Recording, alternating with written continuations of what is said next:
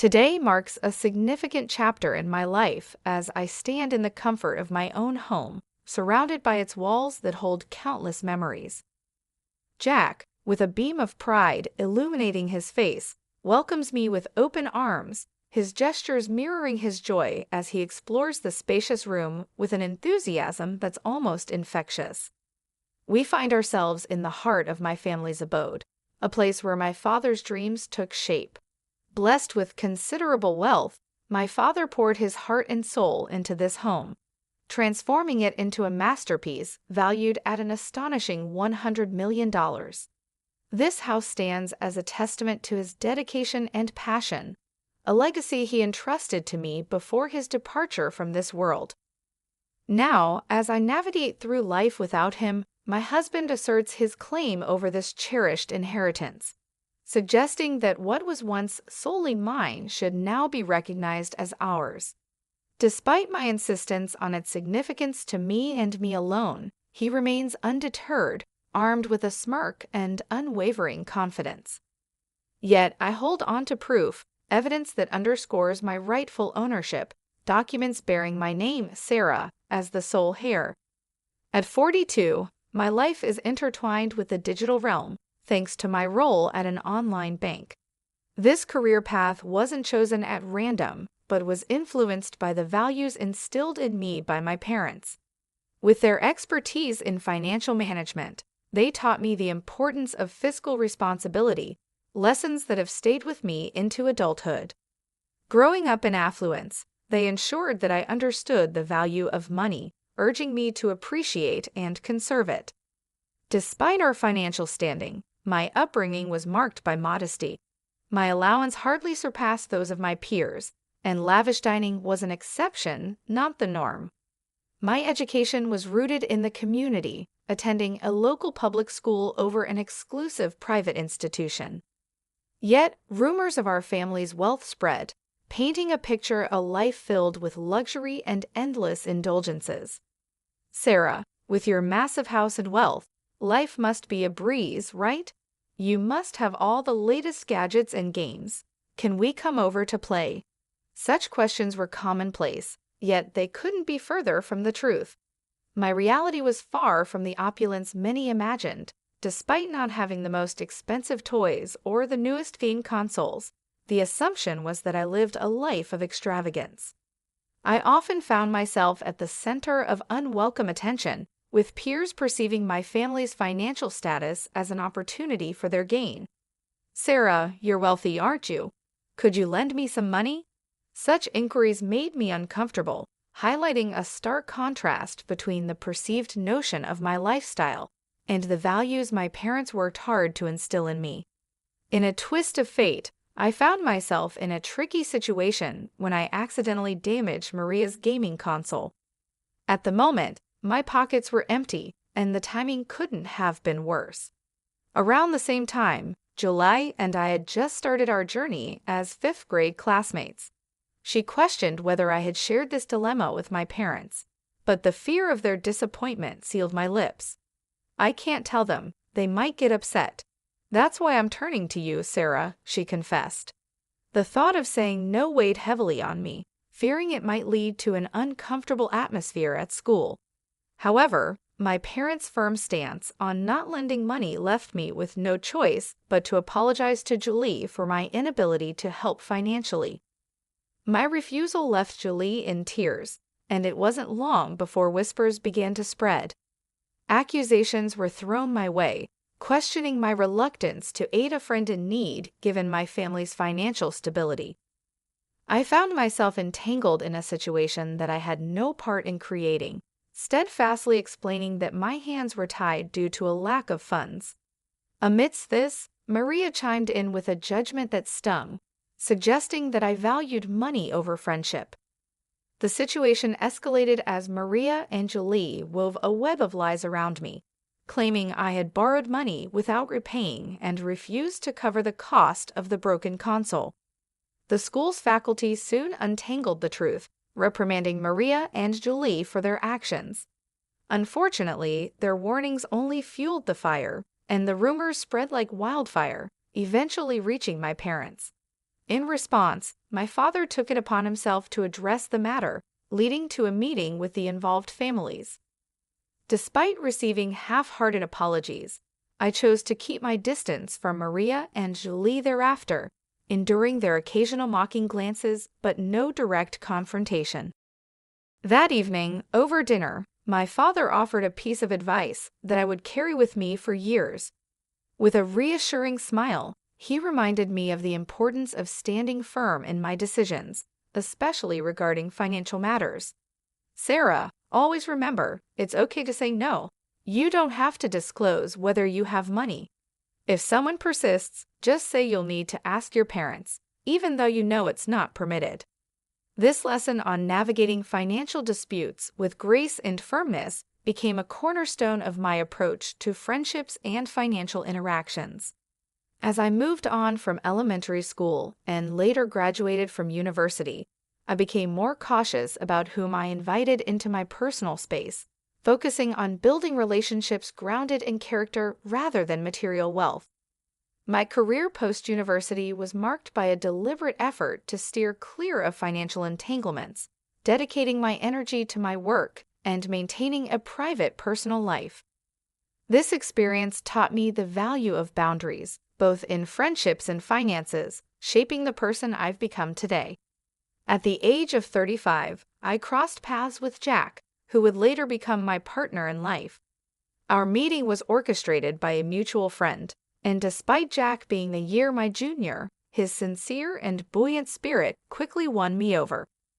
His candor was a breath of fresh air, and it wasn't long before our casual dating blossomed into a serious relationship. 2 years down the line, we celebrated our union with a vibrant wedding ceremony, much to the delight of my parents, who warmly embraced Jack into our family. About a month into our marriage, my father, perhaps sensing the depth of our bond, proposed the idea of having Jack over at our place. Although I had full confidence in Jack, I harbored some reservations about his penchant for conversation, fearing he might inadvertently divulge sensitive family information. However, emboldened by a month of marital bliss, I decided it was time Jack knew everything about my background. Thus, I extended an invitation to him to visit my parents' home. Jack's reaction upon stepping into my family's residence was one of sheer astonishment. His awe was palpable, a clear indication that the reality of my family's situation had taken him by surprise. The visit, although warm, left Jack with an insatiable curiosity about our financial standing, a topic he broached repeatedly during our journey home. My own knowledge on the specifics of our family wealth was vague, yet Jack's inquiries stirred a sense of unease within me. A few months into our marriage, I received a distressing call from my mother, informing me that my father was to be hospitalized. The news came as a shock, further compounded by the revelation of his recent health struggles, which until then had gone unnoticed by me. Reflecting on our last visit, I recalled my father's diminished appetite and frail appearance, which now filled me with regret and concern. Accompanying my mother to the hospital that Saturday, I was greeted by my father's attempt at cheerfulness, though his somber mood was unmistakable. His apology, for what he perceived as a burden to us, underscored his gentle nature. The subsequent diagnosis of advanced pancreatic cancer, with its spread beyond the possibility of surgical intervention, left us in a state of disbelief and sorrow. The notion that someone as health-conscious as my father could fall victim to such a cruel fate was beyond our comprehension. In the aftermath of the diagnosis, my father's resolve was touching.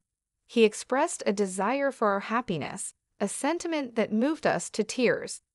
Resolved to cherish every moment with him, I found myself restricted by hospital protocols, which limited visits to immediate family members.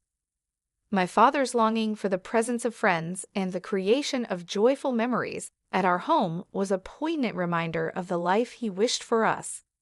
Determined to honor his wishes, I pledged to uphold the legacy of our home as a place of warmth and joy, even in his absence. The promise to cherish our family home became a testament to my father's enduring spirit and the deep bonds that tied us together. Driven by a desire to fulfill my father's dream, I decided to renovate our family home, a project that became my solace and focus during a challenging time. Jack, ever attentive, expressed concern over how much time I devoted to my father in his final days, oblivious to the complexities surrounding our family estate that I had kept from him. When Jack inquired about my father's health, I confided in him about the difficult journey we were facing, finding some comfort in his support despite the whirlwind of work, hospital visits, and the emotional toll it was taking on me. However, tension surfaced when Jack's curiosity veered towards my father's finances and estate. His suggestions of involving legal advice to discuss financial matters, just in case something happened to my mother, too struck a nerve, dredging up painful memories. While my father had a trusted lawyer, Jack's insistence on being prudent about financial affairs began to create an emotional chasm between us. In the ensuing months, my father bravely fought his illness, but eventually passed away.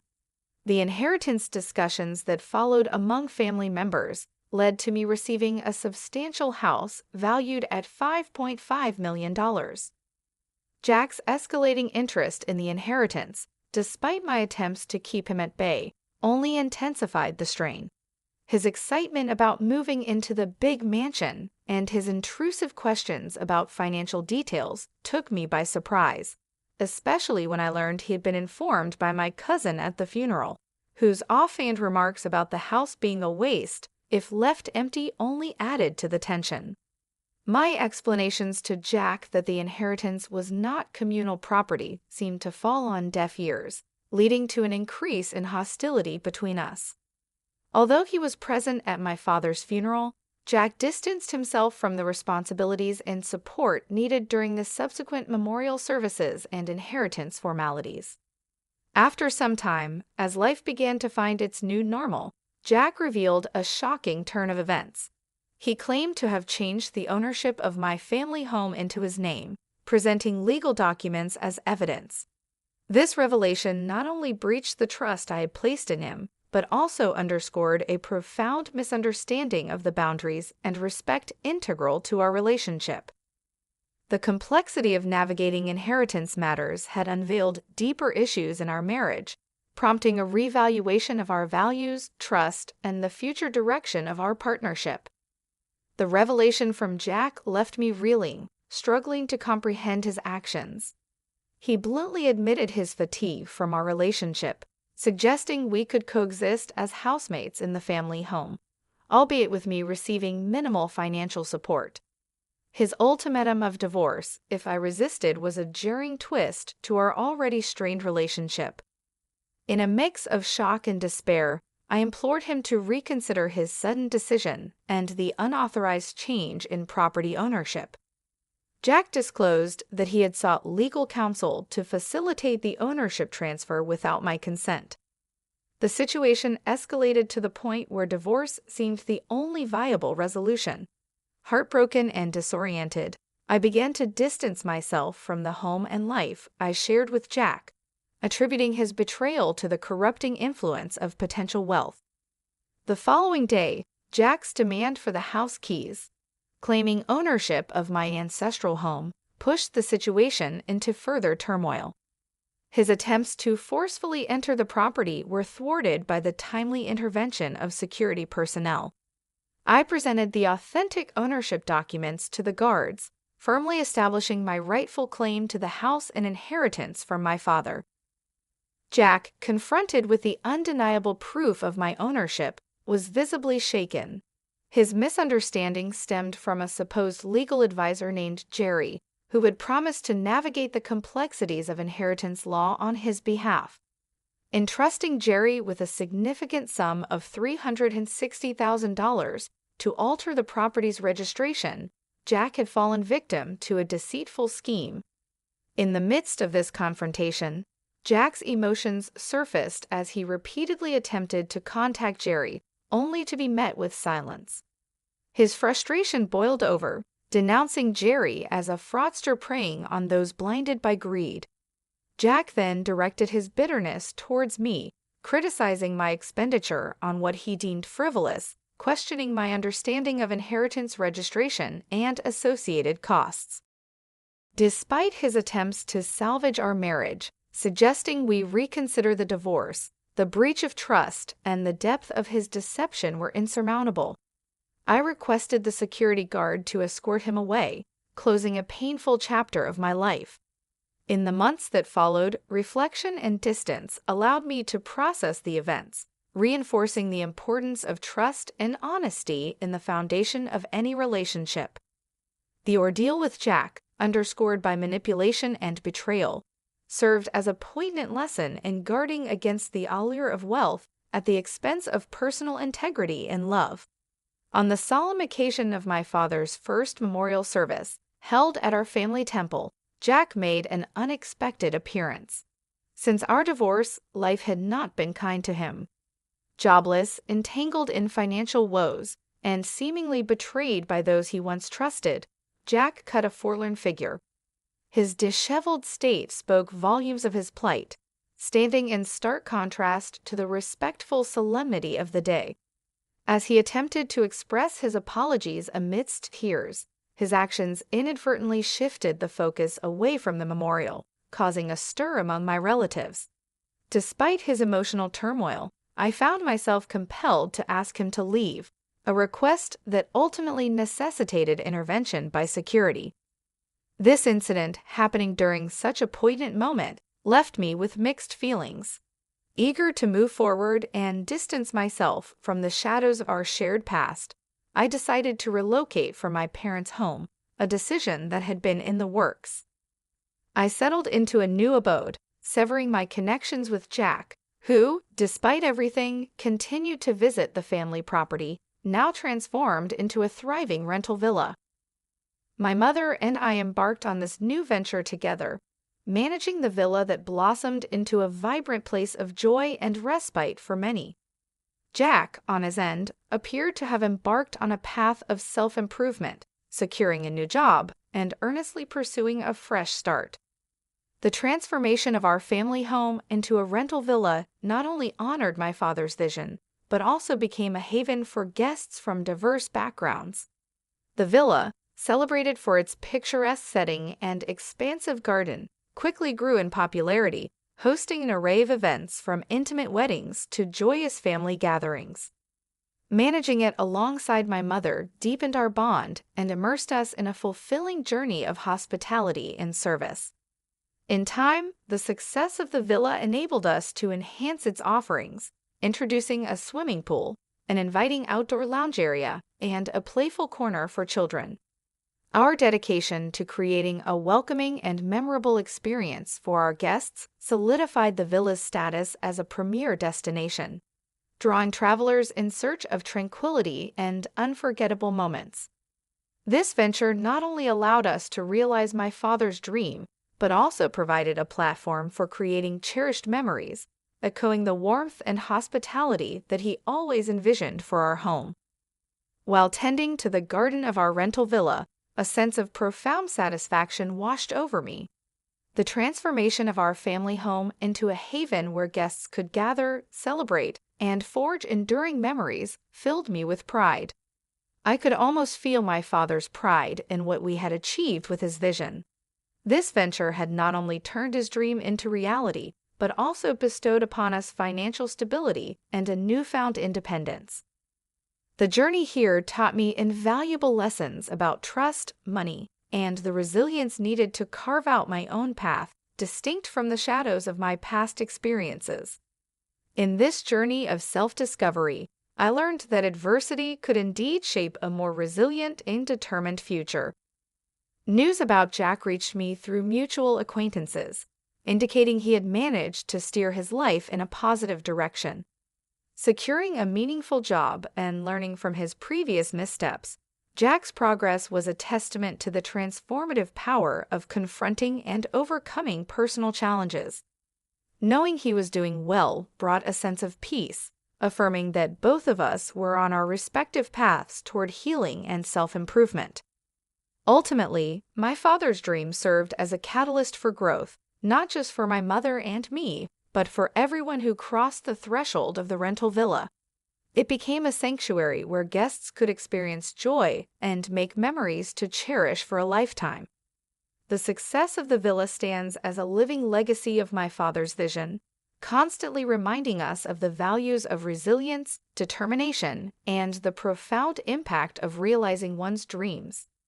Through this endeavor, we've created a space that extends beyond mere accommodation. It's a source of joy, a site for celebration, and a testament to the enduring spirit of dreaming big and working hard to make